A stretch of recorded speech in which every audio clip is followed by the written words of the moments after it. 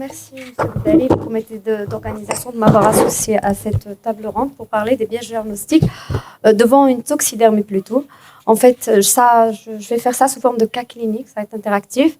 Alors, pour mon premier cas, c'est une patiente de 32 ans qui arrive pour un érythème prurigineux du visage, évoluant depuis 3 ans, et qui est traitée pour un eczéma du visage sans amélioration, adressée dans notre structure pour des patch tests cutanés. Et dans l'histoire actuelle, révèle en fait une fatigabilité et une altération de l'état général. Alors, à l'examen dermatologique, il y avait un érythème, certes un érythème qui n'apparaît pas bien sur la photo du visage, qui est accentué au niveau des paupières. Sur le reste du corps, il y avait ce même érythème au niveau du décolleté, au niveau du dos. Et au niveau des mains, il y avait cet érythème en bande du dos des mains en regard des articulations interphalangiennes qu'il n'avait pas avant. Parce que cette symptomatologie au niveau du reste du corps, ça ne date pas de très longtemps. Le reste de l'examen retrouve également un déficit musculaire des ceintures. Alors, il s'agit bien d'une dermatomyosite. Alors là, devant la photosensibilité, l'érythème du visage, l'œdème lilacé de paupières, l'érythème du décolleté et du dos, les papules du côtran et les déficits musculaires des ceintures. Alors,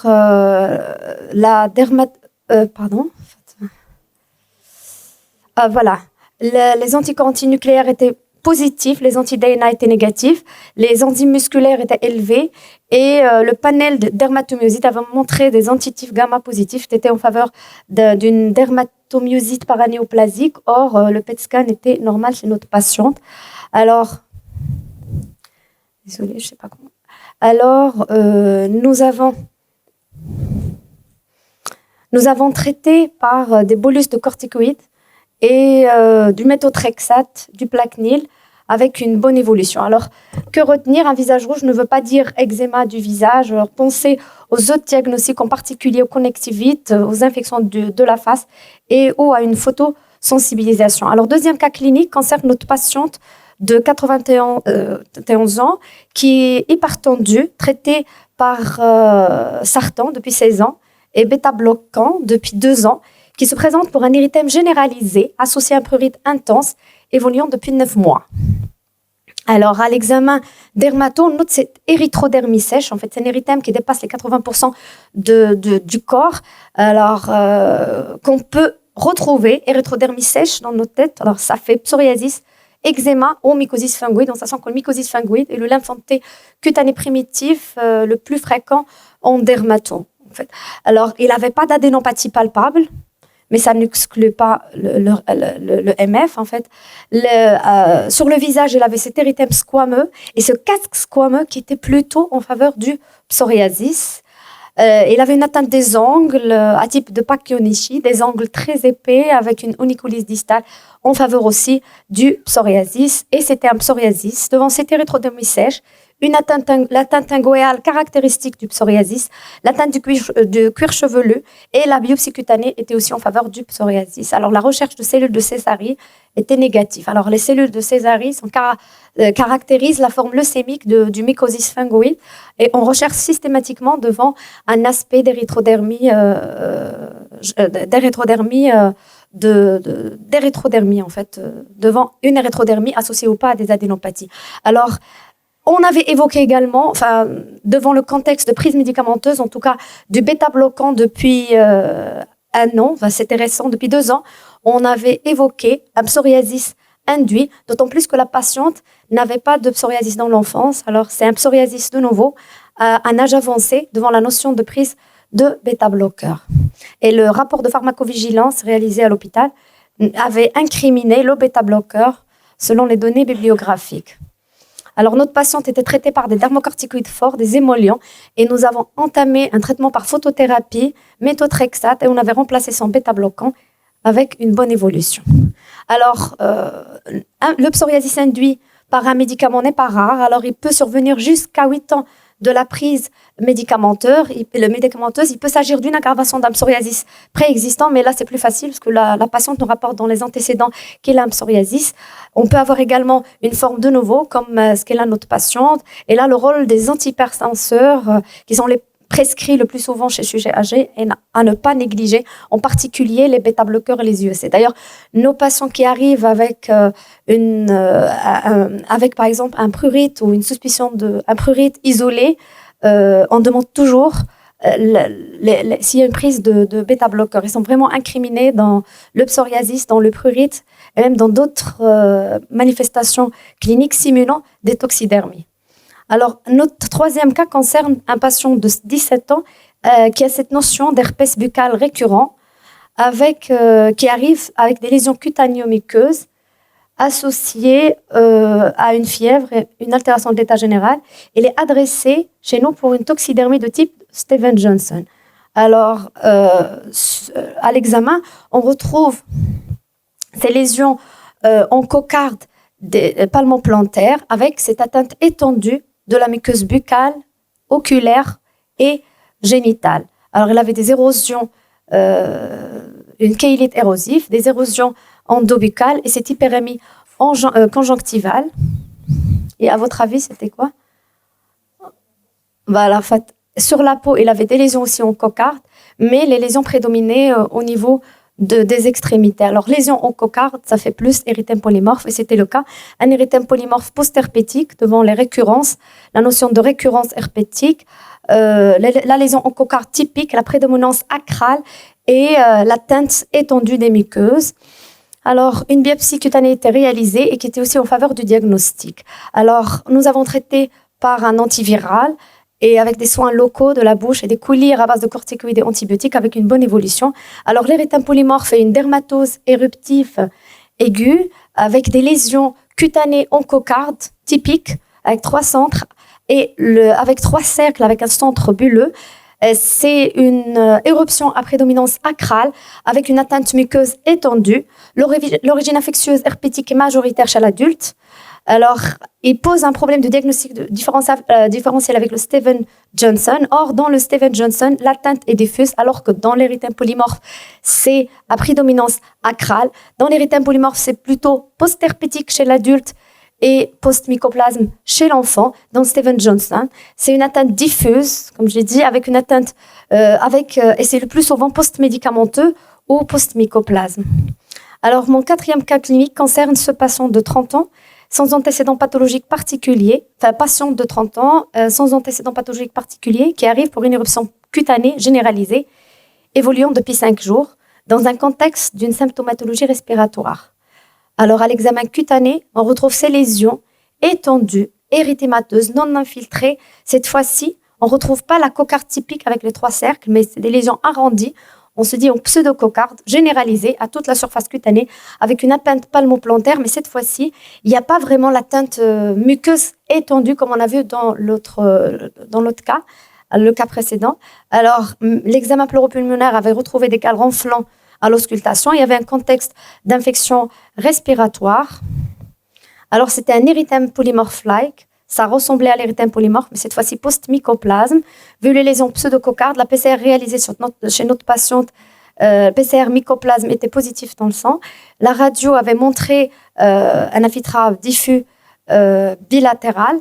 Alors, et la biopsie cutanée était non spécifique, ce qui a pu éliminer l'érythème polymorphe. Alors, il s'agit d'un érythème polymorphe like post-mycoplasme et nous avons traité par des macrolides avec une bonne évolution. Alors, les éruptions réactionnelles au mycoplasme pneumonie peuvent simuler un Stevens-Johnson ou un érythème polymorphe. Alors, pour faire la part des choses, c'est des lésions en pseudococarde et avec une atteinte muqueuse limitée. Alors que dans le vrai érythème polymorphe et le Stevens-Johnson, l'atteinte muqueuse est étendue avec des érosions et avec une atteinte de l'ensemble, pratiquement de l'ensemble des muqueuses. Et ici, le contexte infectieux, il est prouvé. La sérologie, le plus souvent mycoplasme est positif. Alors, le traitement repose sur les macrolides. Mon 5e cas clinique concerne un patient de 59 ans, sans antécédents pathologiques particuliers, qui vient pour des lésions cutanées généralisées prurigineuses. Le point commun là, c'est le prurite. Là, ils arrivent en courant en pensant à une allergie, en pensant à un eczéma. Il a été envoyé par un médecin généraliste qui avait pensé à un eczéma généralisé devant le prurite, les lésions qui étaient eczématiformes, certes eczématiformes, mais l'évolution depuis 18 mois n'était pas en faveur. Il est adressé pour des patch tests cutanés. Alors, c'est notre patient, il arrive avec ces lésions-là, mais notez le caractère de la prédominance des lésions au niveau des zones couvertes. Et c'est ce qui nous a orientés pour le diagnostic. Alors, ça fait sur le plan clinique, en fait, c'est des lésions qui ressemblent à l'eczéma, mais en fait, c'est des lésions qui prédominent au niveau des lésions couvertes, au niveau des zones couvertes. L'examen des aires ganglionnaires était libre. Alors, nous avons évoqué en premier un mycosis fungoïde, le lymphome T cutané le plus fréquent, primitif, le plus fréquent en dermato. Alors, et c'était évoqué devant le prurite intense et l'évolution chronique. Enfin, c'est des gens qui arrivent avec l'histoire d'un prurite isolé qui précède l'éruption. Alors, dans l'interrogatoire, il y a eu toujours l'histoire du prurite qui précède les lésions eczématiformes, la prédominance des lésions dans les zones couvertes et l'histologie avec l'immunohistochimie qui était en faveur d'un mycosis fungoïde. Alors, nous avons réalisé un bilan d'extension de départ qui était négatif et notre patient avait bien évolué sous dermocorticoïde très fort associé à une photothérapie UVB. Alors, le mycosis fungoïde est le lymphome T primitif cutané le plus fréquent de la peau, qui est caractérisé par un aspect clinique variable en fonction des stades, mais associé presque toujours à un prurite chronique qui peut précéder. Alors, à des stades précoces, il peut simuler de l'eczéma et la limite nette des lésions et leur prédominance dans les zones non photoexposées sont en faveur plutôt du MF. Alors, il faut toujours y penser devant toute éruption prurigineuse chronique, d'autant plus s'il y a cet aspect eczématiforme ou devant un simple prurite isolé, il faut également y penser. Alors, notre sixième cas clinique est cette patiente de 59 ans qui a comme antécédent un psoriasis vulgaire depuis l'âge de 16 ans et qui arrive pour une éruption pustuleuse généralisée dans un contexte fébrile survenu dans les 48-72 heures après la prise de corticoïdes oraux.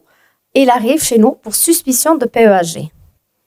Alors, il avait pris les corticoïdes pour une pharyngite. Alors, à l'examen, on retrouve cette éruption pustuleuse avec des pustules non folliculaires, amicrobiennes, reposant sur une peau érythémateuse. Alors, cet aspect était, ça peut évoquer une PEHG, c'est le diagnostic effectivement différentiel, mais il n'y avait pas la prise médicamenteuse imputable. En fait, elle avait pris des corticoïdes. Il n'y avait pas notion de prise d'amoxicilline, par exemple. Or, cet aspect annulaire des lésions qu'on voit on n'est pas retrouvé dans la PEHG. La PEHG, c'est un fond érythémateux généralisé avec des pustules par-dessus. Alors, ce qui nous a fait penser à une aggravation de son psoriasis vulgaire, comme il y avait dans l'antécédent psoriasis vulgaire, et un passage de son psoriasis vulgaire à un psoriasis grave, qui est dans le psoriasis pustuleux. Alors, le psoriasis pustuleux généralisé, dans ce cas-là, a été évoqué dans l'antécédent, surtout de psoriasis vulgaire. L'aggravation après prise de corticoïdes, et c'est bien décrit. D'ailleurs, c'est ce qu'on va voir, c'est les patients avec notion de psoriasis, avec notion d'antécédent de psoriasis ou les patients psoriasis ont contre-indiqué les corticoïdes. Alors, l'éruption pustuleuse généralisée était en faveur et surtout cet aspect annulaire qui est en faveur du psoriasis pustuleux. Et bien sûr, nous avons réalisé une biopsie cutanée qui était en faveur du diagnostic. Alors, nous avons traité par des dermocorticoïdes forts et par des rétinoïdes qui est le traitement de choix du psoriasis pustuleux généralisé. Alors, le psoriasis pustuleux, comme je dis, est une forme grave du psoriasis avec un rôle aggravant connu des corticoïdes systémiques. Sur le plan clinique, on note une grande similitude avec la PEHG. Or, dans les deux cas, c'est des lésions pustuleuses sur un fond érythémateux, mais l'aspect annulaire est plus caractéristique de psoriasis pustuleux, alors que dans la PEHG, les lésions débutent au niveau des plis. Et bien sûr, on retrouve souvent le médicament imputable. Alors, la corticothérapie systémique est contre-indiquée chez tout patient psoriasique ou avec antécédent de psoriasis. C'est ce qu'on essaie de dire et de faire passer, surtout à nos externes, qui seront les futurs généralistes, de contre-indiquer. On leur dit, voilà, le traitement, c'est les dermocorticoïdes, mais les corticoïdes par voie systémique, ils sont contre-indiqués. Alors, le 7e cas clinique concerne une patiente de 61 ans, hypertendue, sous IEC depuis 2 ans, et qui consulte pour un prurite généralisé évoluant depuis 1 an. Alors, elle était traitée par dermocorticoïdes de long cours, mais sans amélioration. Alors, c'est notre patiente. Elle arrive alors pour une suspicion d'allergie médicamenteuse, de MP, d'exanthème maculopapuleux. À l'examen dermatologique retrouve un érythème généralisé avec des lésions de grattage et des lésions de prurigo des membres. Les aires ganglionnaires étaient libres. Systématiquement, on pense à notre mycosis fungoïde. Alors, on avait pensé à l'origine médicamenteuse, surtout devant l'hyperéosinophilie A900. Et nous avons quand même réalisé un bilan de première intention du prurite isolé qui s'est révélé négatif. Et nous avons réalisé une biopsie cutanée avec IFD qui avait éliminé la pemphigoïde bulleuse, en sachant que la pemphigoïde bulleuse peut être précédée par des lésions urticariennes prurigineuses avant l'apparition des bulles tendues. Alors, le traitement, on avait renforcé le traitement par des dermocorticoïdes forts. On avait remplacé son IEC. On était convaincus devant l'hyperéosinophilie que c'était la prise des IEC récemment rajoutée à son traitement d'hypertension artérielle. Mais il n'y avait pas d'amélioration clinique. On avait décidé de faire un prélèvement parasitaire sur la peau et les angles. Et effectivement, c'était une gale profuseuse chronique. Alors, qui a été aggravée sous dermocorticoïdes, et ça, c'est standard. Et là, après, on avait eu la loi de série, on avait 5 cas qu'on avait rassemblés par la suite qui avaient la même chose, une râle aggravée par les dermocorticoïdes. Alors, ce qui était en faveur, là, l'hyperéosinophilie, là, était plus en faveur de la parasitose, et le prélèvement parasitaire avait montré le Sarcopte scabiei. Alors, on avait traité notre patiente par l'ivermectine, qu'on a fait venir de l'étranger, avec un traitement topique de Sarcopte scabiei. Nous avons réalisé une désinfestation des vêtements et la literie, et un traitement, bien sûr, des autres membres de la famille en même temps, malgré l'absence de grattage chez les autres membres de la famille. Enfin, dans ce cas-là, je voulais juste illustrer que la gale, il faut y penser, malgré qu'il n'y a pas de notion de comptage dans le milieu où la personne vit. Alors, la gale humaine est une ectoparasitose fréquente qui est sur le plan clinique caractérisée par un prurite isolé à prédominance nocturne. Des formes trompeuses sont possibles, souvent traitées à tort par des corticoïdes topiques. C'est ce qui fait changer l'aspect clinique. Alors, il faut toujours y penser devant toute dermatose prurigineuse chronique qui va être aggravée par les dermocorticoïdes. Et là, on l'a eu dans l'interrogatoire au tout début. Notre patiente rapportait l'aggravation sous dermocorticoïdes. Alors, on passe à la pédiatrie. J'ai encore 3 cas cliniques d'enfants. Alors là, c'est une petite de 5 ans qui vient pour une éruption cutanée fébrile. C'est pour nous, enfin, je fais un peu de dermatopède. C'est ce que je vois le plus fréquemment. C'est l'exemple type de l'éruption cutanée fébrile que je vois souvent. Alors, il arrive avec une éruption cutanée fébrile non prurigineuse qui évolue depuis 48 heures dans un contexte infectieux, écoulement nasal, pharyngite, et il y a eu aussi la prise d'amoxicilline. Est-ce que ça vous arrive tous, une prise médicamenteuse? Alors, il y avait cet érythème morbilliforme généralisé, avec une fièvre à 39, et il n'y avait pas d'adénopathie associée. Alors, nous avons pensé à l'origine virale. C'est vrai qu'on n'a pas réalisé de PCR à la recherche de virus incriminés, mais devant le syndrome grippal, la fièvre, l'éruption cutanée et surtout l'absence du prurite, on avait pensé à l'éruption cutanée virale. Un traitement symptomatique était donné à la patiente et avec une bonne évolution. Alors, une autre patiente de 14 mois qui arrive pour une éruption prurigineuse, fugace migratrice, qui évolue depuis 48 heures dans un contexte fébrile, aussi un contexte infectieux, d'écoulement nasal, avec une toux sèche et une angine rouge traitée par amoxicilline. Alors, on note ces lésions à l'examen dermatologique, érythémateuses, œdémateuses, annulaires, cycliques, échymotiques, caractéristiques devant de l'urticaire aiguë de l'enfant, devant ce caractère migrateur et fugace des lésions. Alors, il s'agit bien d'une urticaire aiguë post-infectieuse, post-virale post-infectieuse. Et lorsqu'on cherche dans les origines de l'urticaire aiguë post-infectieuse, on note en premier, les pédiatres peuvent en témoigner, de l'origine post-virale et post-mycoplasme surtout. Alors, on avait traité systématiquement notre patiente après arrêt de l'amoxicilline par des macrolides, des antihistaminiques à double dose, et il a bien évolué.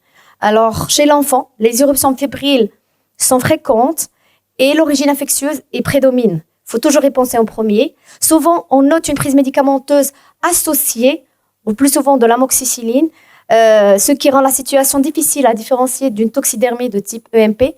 Mais chez l'enfant, pensez plutôt à un exanthème infectieux, viral ou à mycoplasme, avant de penser toxidermie, surtout si le contexte infectieux est là.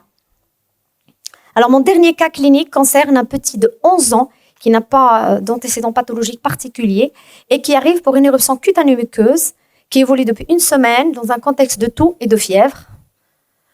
Alors, ça ressemble à mon premier cas de l'adulte. Alors, c'est des lésions onchocardes typiques prédominant au niveau acral avec une atteinte buccale majeure et une atteinte conjonctivale, mais les lésions vont prédominer au niveau acral. Alors, c'est un érythème polymorphe post-mycoplasme cette fois-ci. Parce que l'éruption cutanée, on retrouve cette éruption cutanée acrale caractéristique, l'atteinte étendue des muqueuses et le contexte d'infection respiratoire qui fait orienter vers le mycoplasme. À l'époque, on ne réalisait pas de PCR mycoplasme, mais on réalisait des sérologies mycoplasme qui étaient positives IgG, IgM.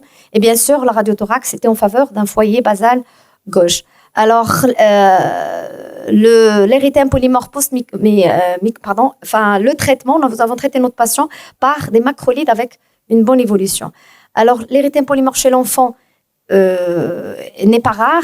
Il est caractérisé comme pour l'adulte, par une atteinte cutanéo-muqueuse, avec une atteinte cutanée à prédominance acrale et l'atteinte muqueuse, elle est étendue. Elle est étendue, ça peut concerner toutes les muqueuses. Et l'origine infectieuse chez l'enfant est majoritaire. Sachez que pour l'adulte, on retrouve plutôt l'herpès, mais chez l'enfant, il est plutôt le tout petit enfant post-mycoplasme. Et en grandissant, on retrouve également l'origine post-herpétique. Alors bien sûr, le premier diagnostic différentiel reste le syndrome de Stevens-Johnson. Alors pour conclure, toute éruption cutanée avec un prurite, de la fièvre ou une atteinte muqueuse, c'est pas forcément une allergie cutanée. Il faut s'acharner à rechercher un contexte infectieux ou auto-humain, en particulier si on ne retrouve pas de médicaments amputables. Merci.